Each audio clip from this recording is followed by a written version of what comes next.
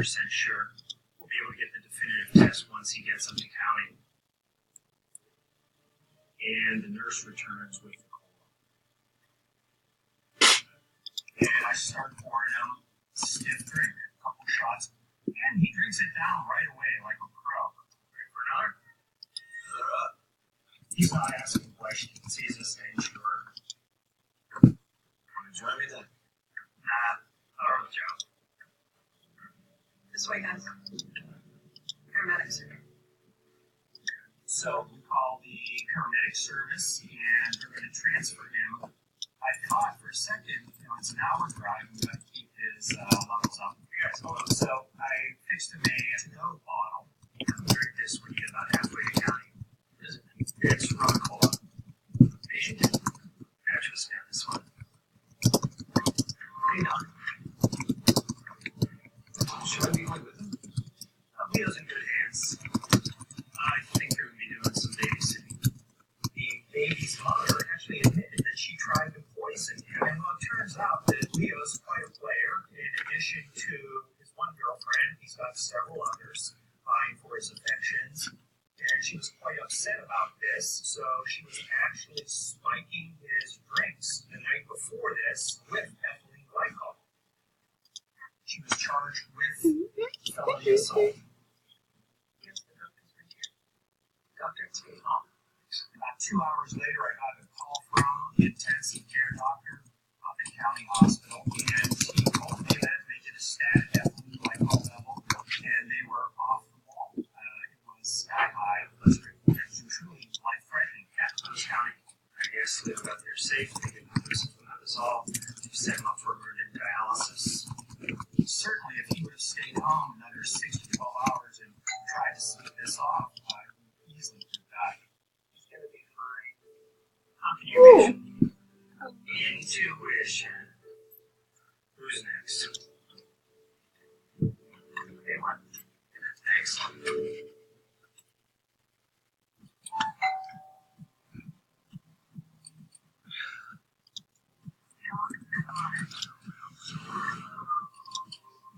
Real story to the ER, the doctors never talk about it. I don't know exactly what happened to you. Could this be something related to the circus? Could this may have gotten in with the animals?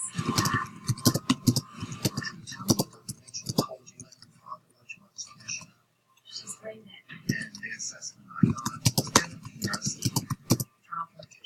What? Are you sure?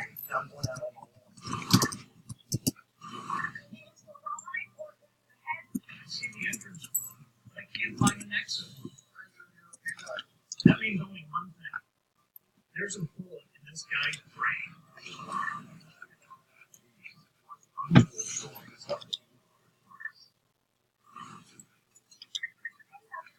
Hey. Dr. Ruthie Kreider has been working in city emergency rooms for over a decade.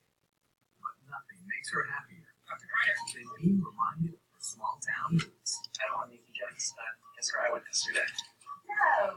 Circuses in town? Every year, the fair would come to town with the Ferris wheel and the animals and the exhibits. Now, living in a bigger city, when the circus comes to town, it brings up all those really great small town memories. My kids, they are gonna love it. Right, you go because your kids like it.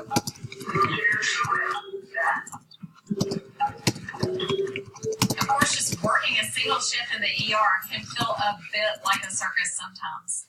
I see a man with long hair. I can see that he's breathing and moving, but his shirt is shredded, his sleeves are shredded, the bottom of his pants are shredded. It looks like this patient has been through a human-sized paper shredder.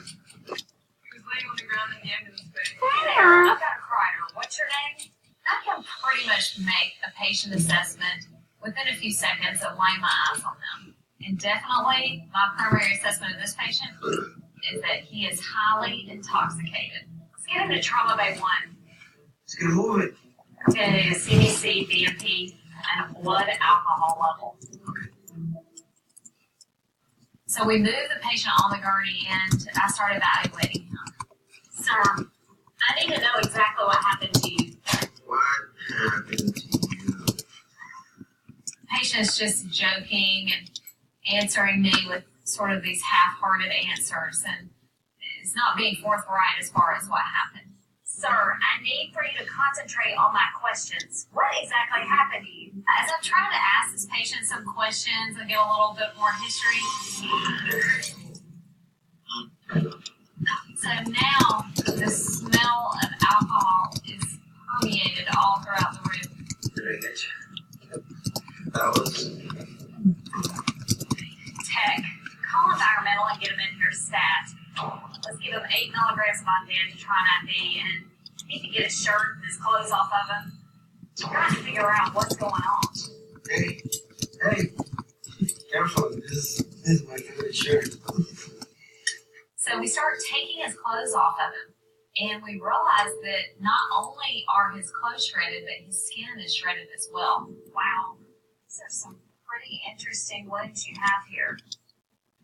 Let's get these pants off of him. Look at that. Yes, so you got your work cut out for you. He has vertical lacerations that are on his arms, on his torso, on his abdomen, on his legs. They start out almost like abrasions and then get deeper and deeper as they go down. His legs are just as bad. I need to know how this happened. Beats me. Maybe it already beat me. Anyone writing these down? Greasy. Doctor? Circus is in town. Could this actually be something related to the circus? Could this man have gotten in with the animals? Looks like you're not the only one who's a fan of the circus. I need to know how this happened.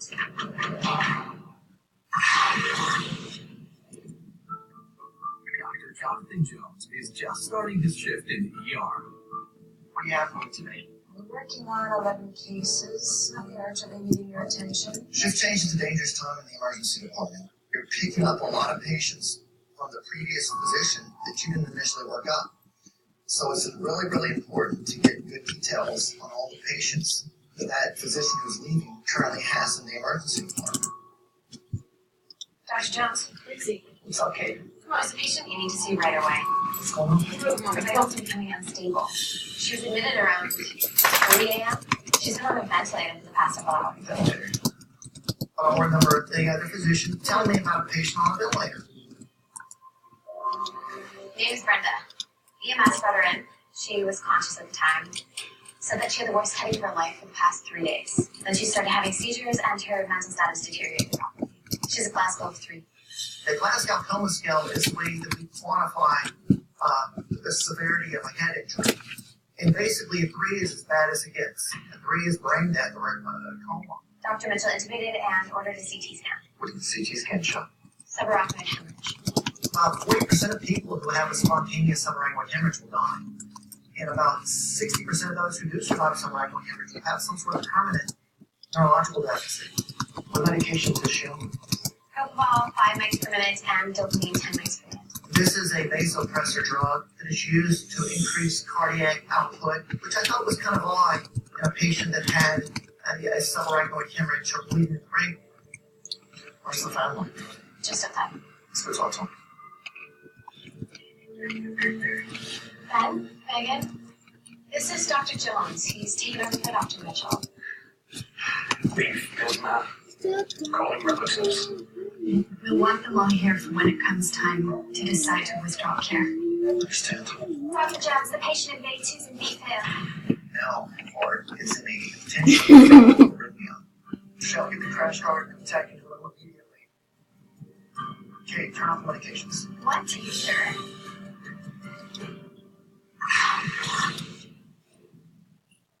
Dr. Sean Scott knows that while working in an ER seems exciting to others, for many staff, it's just another day on the job. Soap operas? That's what you watch on your break? What do you watch? Talk shows. Too predictable. Beats that crazy stuff. Right, Doc? No, I'm really not into watching actors play make-believe. Truly, I like documentaries and nonfiction. Real life and real people aren't entertaining. I wouldn't go that far. Maybe you just need cooler friends. Ooh. Singer. We're up. emergency alarm went off, so we hurried to the front desk to catch the call. We go around the victim with the gunshot wound. We're fully on its side. Okay, guys, prep the trauma bay and call respiratory therapy. And so immediately we mobilized all the troops to get ready. We did not know where the wound was when EMS call went out. We just knew that there was a gunshot wound, and that's what we were expecting. All right, over here, guys. I see a guy that's got substantial blood on his face. Convenience store robbery, bullet wound to the head, name is Wayne. Okay, so, all right. I know that guy. Okay. He's conscious and talking and yelling that I was terribly surprised at. So, all right. All right, on my count, guys. 1, 2, 3. All right. Most people with a head wound are unconscious at the time when they hit the emergency room. How big is? At the front desk called neurosurgery now.